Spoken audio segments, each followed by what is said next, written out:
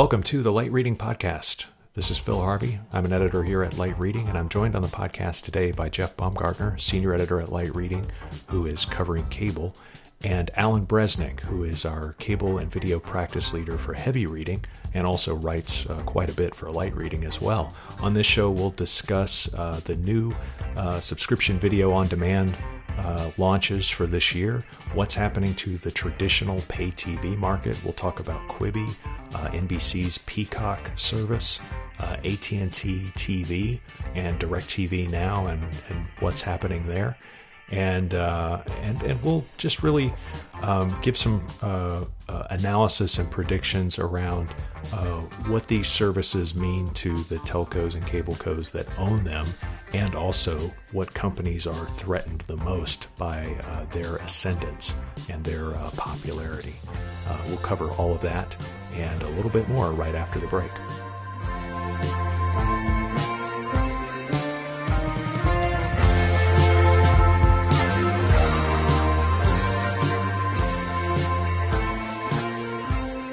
Okay, welcome to the Light Reading Podcast. I'm Phil Harvey, and today I am joined by two guests because we have so many companies and services to talk about. It's extra heavy lifting today. First of all, on the analyst side of the house, we have Alan Breznick, our cable practice leader for heavy reading. Hey, Alan, how are you? All right, Phil, how are you doing? Doing well, and I'm excited that you and our next guest in the Light Reading newsroom, our cable guru, Jeff Baumgartner, senior editor, is also on the line. Hey guys, hey Phil, hey Alan. Glad to have you along, Jeff. So we're going to be talking about, I felt like it was time for us to get this, we've gotten this far in the year, and, over-the-top video or subscription video on demand.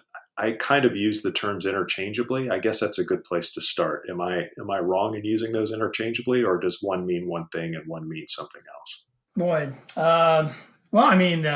it's a good question because things are kind of blurring a lot more these days, right? I mean, there's some subscription VOD services that are going to have or do have, kind of a linear live piece to it, and others don't, so it's kind of hard to just the character kind of categorize everybody because everybody's just a little bit different, but I kind of put over the top kind of any sort of internet delivered service, and then SVoD, I'm kind of lumping those companies if that's kind of the primary business, versus live TV or some sort of linear feed. But it's kind of the hybrid between a traditional pay TV and a purely over-the-top or internet-based approach. Right. I think part of the confusion is that when OTT started, it was pretty much all SVoD, and now we're getting a lot more advertiser-supported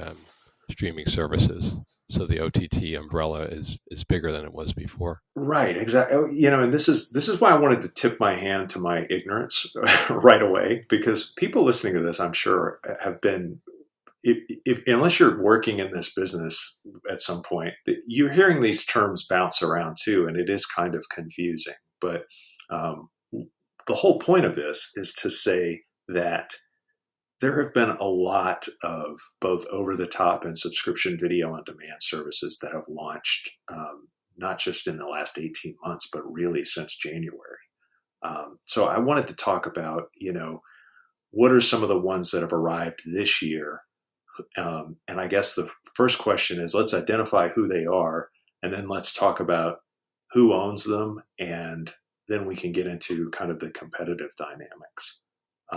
So Jeff, I guess the first one, kind of counting backwards, the most recent one that got everyone's attention was Quibi, right?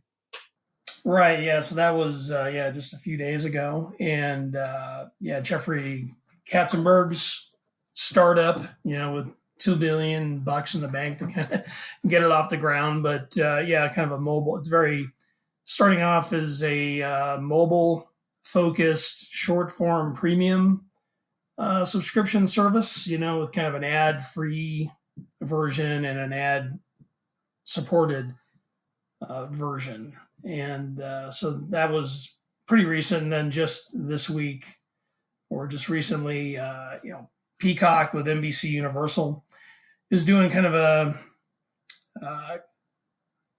preview on Comcast with X1 and their Flex platform ahead of a mid-July national launch. So those are the two, most recent ones. Okay, so Comcast customers only, and that makes sense because Comcast owns NBC Universal, which is running the Peacock network. The other ones, what about AT&T TV? Was that this year or was that earlier?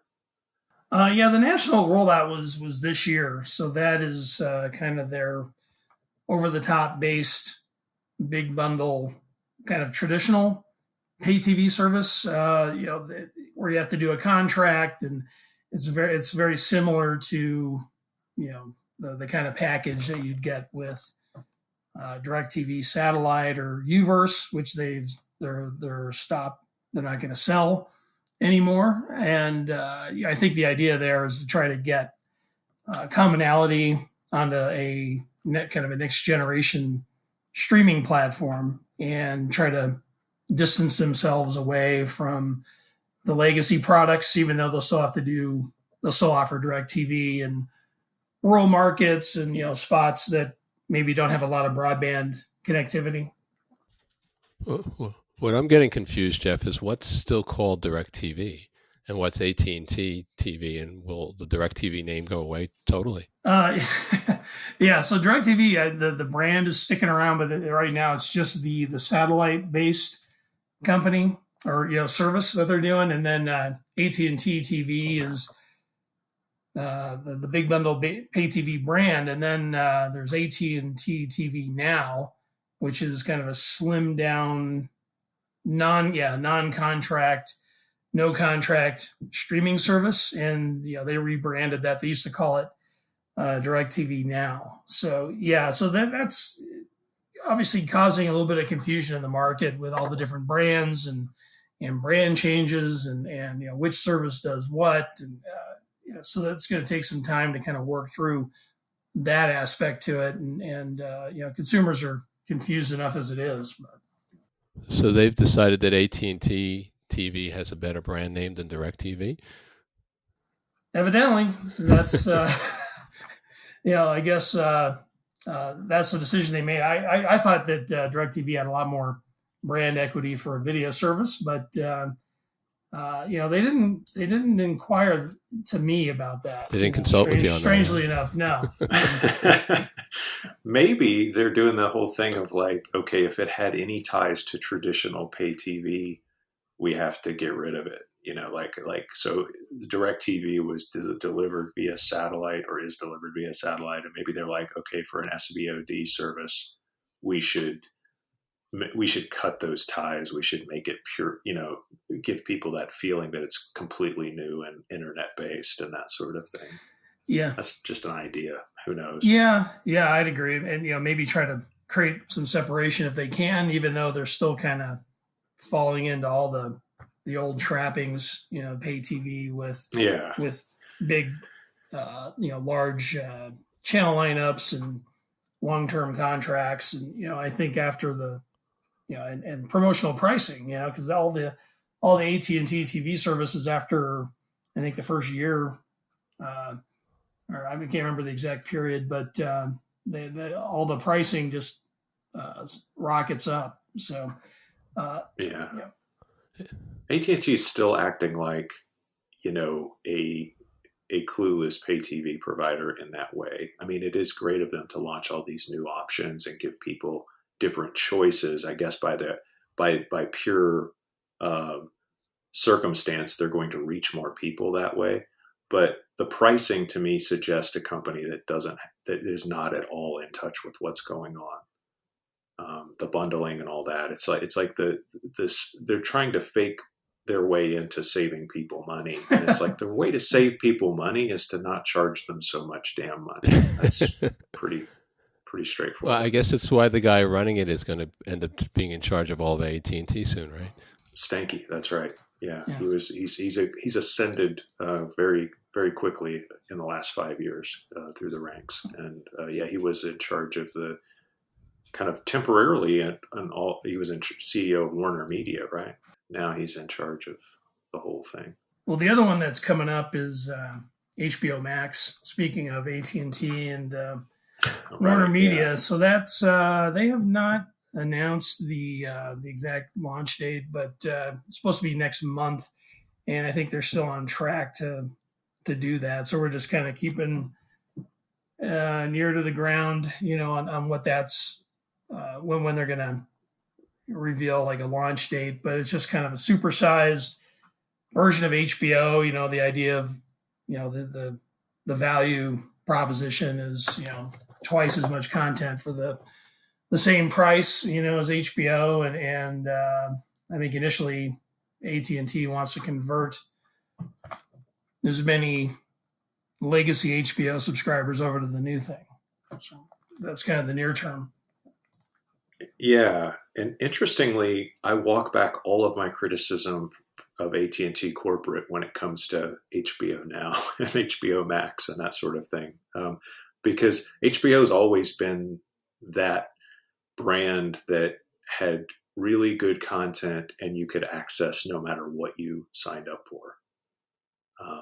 And I think that's still true today. I think you can, whether you have an Apple TV or Roku device, you just watch TV on your phone, whether you have pay TV or whatever, you can still access all the HBO stuff. And yeah, it's at a price, but that price hasn't really, I don't think the price bothers people as much because, it is expensive, but they give you things like The Wire and Game of Thrones. They're not messing around when it comes to content. Mm-hmm. Yeah, and they usually always have a pretty good, we'll see how COVID-19 and how that's affecting production, but they usually have a pretty good wave of like new original content, to kind of wash over you. And that's actually been one of the criticisms of like Disney Plus, right? They came out strong with The Mandalorian and, got a lot of attention. They have, 50 million subscribers or something. So, but really after that, they haven't had a whole lot. And so I think that's been the criticism. It's like, okay, you've been able to get people in the door. So what are you going to do to keep them there? And, I think people are still waiting to kind of get the second wave of content, particularly for adults, that will make them stick around, for Disney Plus long term or, beyond whatever promotion they're on. Yeah. Yeah. It can't just be, although they're making great inroads with families because, having, especially at COVID-19, being isolated and having all of that Disney catalog to draw on. I'm not doubting that they're running up some huge number of hours spent. And that's actually, I got to be honest, I think that's also a downside of HBO Max. They really should have launched that thing, if only they knew to launch that thing sooner, because think of all the hours that people aren't spending on their platform that they are spending on Disney, and I would kind of put those two at opposite ends of the spectrum. So those are like the big launches this year, the big ones that have either happened or that we're still looking forward to. The next thing is the market that, what do all these new services threaten the most? Like who's threatened the most by the launch and the progress of these new services? Traditional pay TV still seems to be in decline, but is this going to speed that up necessarily? Yeah, I think it could. It'll be interesting to see which services clash and which ones go together. Like I think that Disney Plus probably goes together pretty well with a Netflix, and that a lot of people will take both of them. But I don't see Peacock and HBO Max going well together. I would think people will choose one or the other, and it'll be interesting to see how much of a drain, if any, either one of them has on Netflix. There are all sorts of predictions out there that Netflix is going to get hurt by all this, and I imagine it's going to get hurt to some degree, but I don't know if it's going to get hurt as much as some people have been predicting. Even though they are losing some of their sources of content that they had before. It's going to be interesting to see how people bundle things, because bundling isn't dead. It's just going to be new kinds of bundles. So people will probably end up bundling 3 or 4 or even 5 of these streaming services, and they end up paying as much money as they were paying for their pay TV services. Yeah, I definitely think it's no longer about saving money for most households. It's simply about how can you take the same amount of money you've been trained to spend and distribute it in a different way and get more content. That's maybe people maybe aren't thinking of it in exactly those terms, but that seems to be what they're doing when you actually look at their bill and talk through, like, what are you buying and why. I bring up most threatened because the other interesting component about this stuff as it evolves is, like we've said with AT&T, they both own and Comcast as well. They own both the traditional side of pay TV and the thing that's probably going to kill it. And they're making it work together in some cases, like with bundling and stuff like that. There's been a couple of, at least on the cable side of the business, Jeff, I know you've reported on this in a couple of cases. There's been cable MSOs that have simply gone without a traditional linear pay TV product and instead bundled things like YouTube TV and stuff like that. Yeah, we've seen that primarily when they just kind of give up pay TV, mostly like a few smaller cable operators have gone to that degree, to actually just shut it down because it's more trouble than it's worth for them. And then we've seen some other, among some larger but also mid-sized operators, Wide Open West is an example. They're going to keep their legacy platform, but they're doing a bunch of partnerships with virtual MVPDs just to kind of retain a video relationship with broadband-only customers. And so we're seeing that. And then Comcast is doing it to a different degree with the Flex product, right? So that's like kind of a smart home streaming platform for broadband-only customers that supports some of the major streaming services. They've integrated Hulu and Netflix and Amazon Prime, and then an option where you can upgrade to the full pay TV service. I think it's just a matter of time, though, before they start to include virtual MVPDs on that platform. So a little bit different because they're really tying it to broadband, just making sure that they're getting the high margin broadband service on that, and they aren't as concerned about the video piece of it, but still maintaining some control on it. Yeah, that makes sense. It does seem like they're kind of doing, in a weird way, what the mobile operators are doing on that side of bundling and music services and other types of content, almost as a way to just keep people locked into those upper tier packages. It's one more reason not to cancel or to downgrade your service is, oh yeah, that's right, I also get this service free when I subscribe to this thing, so I'm actually saving money, or maybe it's too big of a pain to cancel both. That makes sense, and a pretty good strategy. Is like Alan was saying, bundling's not dead at all. It's definitely just taken on a different shape as these SVOD and over the top services get more competitive. Hey, Alan, another kind of, or I'll end on this, and then we can kind of revisit all this stuff later in the year, because I'm sure there'll be more launches and more things to talk about. But because of COVID-19, a lot of sports leagues have just completely ceased operations and stopped playing games, and they've pushed seasons back and that sort of thing. Is the lack of live sports going to take down pay TV in the coming quarters? Because I recall that before a lot of like Disney Plus and a lot of these things launched, the people that were the most adamant about hanging on to pay TV, their excuse, and I was in this camp. My excuse was simply that, hey, they still haven't figured out live sports, and I watch a lot of football, and I want to see my game, so I'm still going to stick with my pay TV package. Do you think the lack of that is maybe taking away one last reason to keep the pay TV package?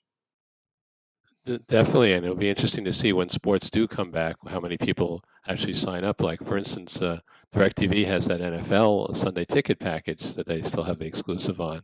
If the NFL doesn't play this year, I would imagine DirecTV's satellite service is going to lose millions of subscribers. It'd be interesting to see when Disney comes out with their numbers about how ESPN Plus is doing, which had gone off to a good start, but now they have nothing to put on there, at least nothing live to put on there. I'd agree. I mean, it's the lack of sports right now is going to amplify the damage, it's being done to pay TV. I think,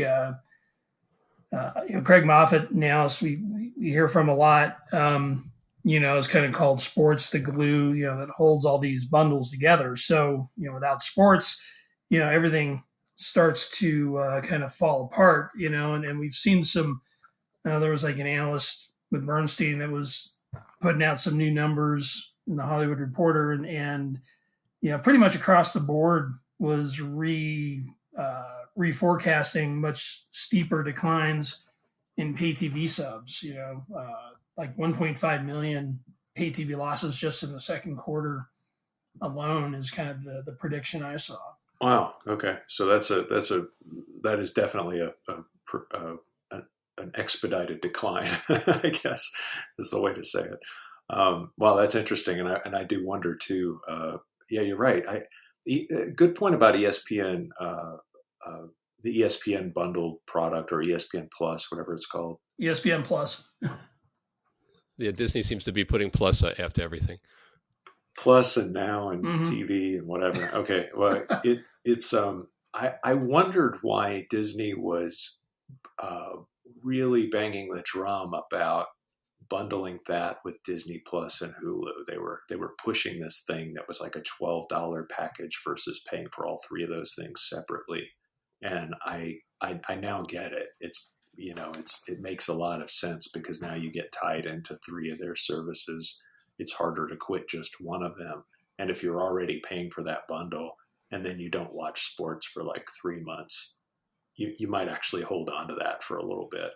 Yeah. As opposed to just chucking it aside like you would the DirecTV bundle, because that's that's an exclusive sports network subscription that's completely exclusive to that pay TV provider. And I do wonder how many DirecTV customers, like 80% of the reason they even have that service is the NFL Sunday ticket. It's an extremely popular service. Yeah, I think there's about a couple million Sunday ticket subscribers. I wonder if there's no Sunday ticket, do they still keep DirecTV?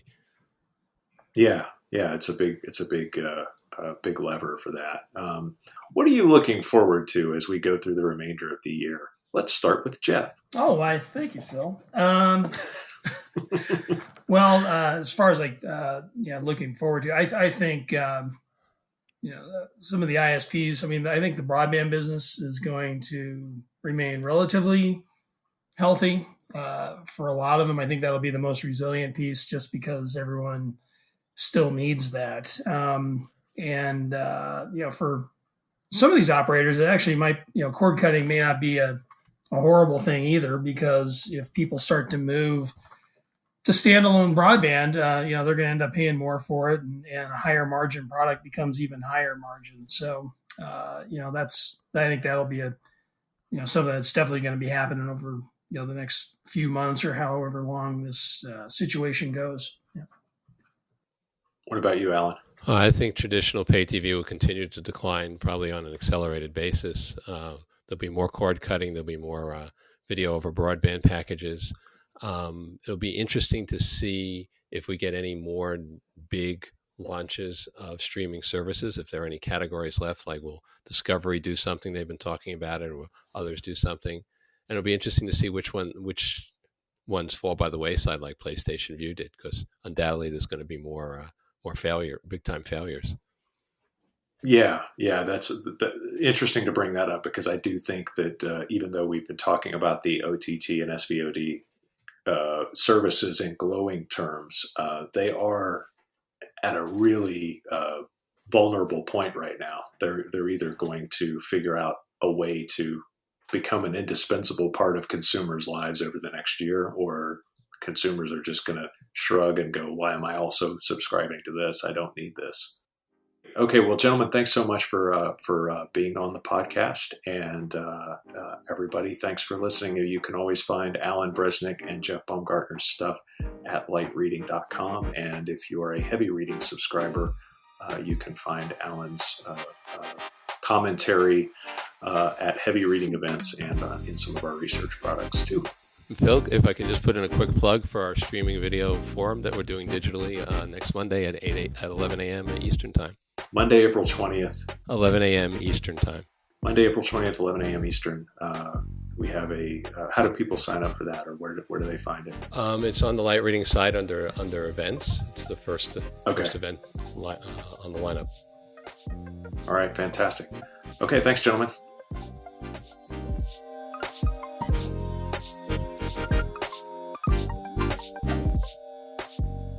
That is it. That's our show. Thanks very much to Jeff Baumgartner and to Alan Breznick for their time and insights today. Thanks so much to our producer, Tien Fu, for making us sound good, even when we don't. Thanks to you, dear listener, because if you weren't paying attention, we wouldn't be able to do all of this at work. And please do tell a friend to subscribe. And thanks very much for listening to the Light Reading Podcast.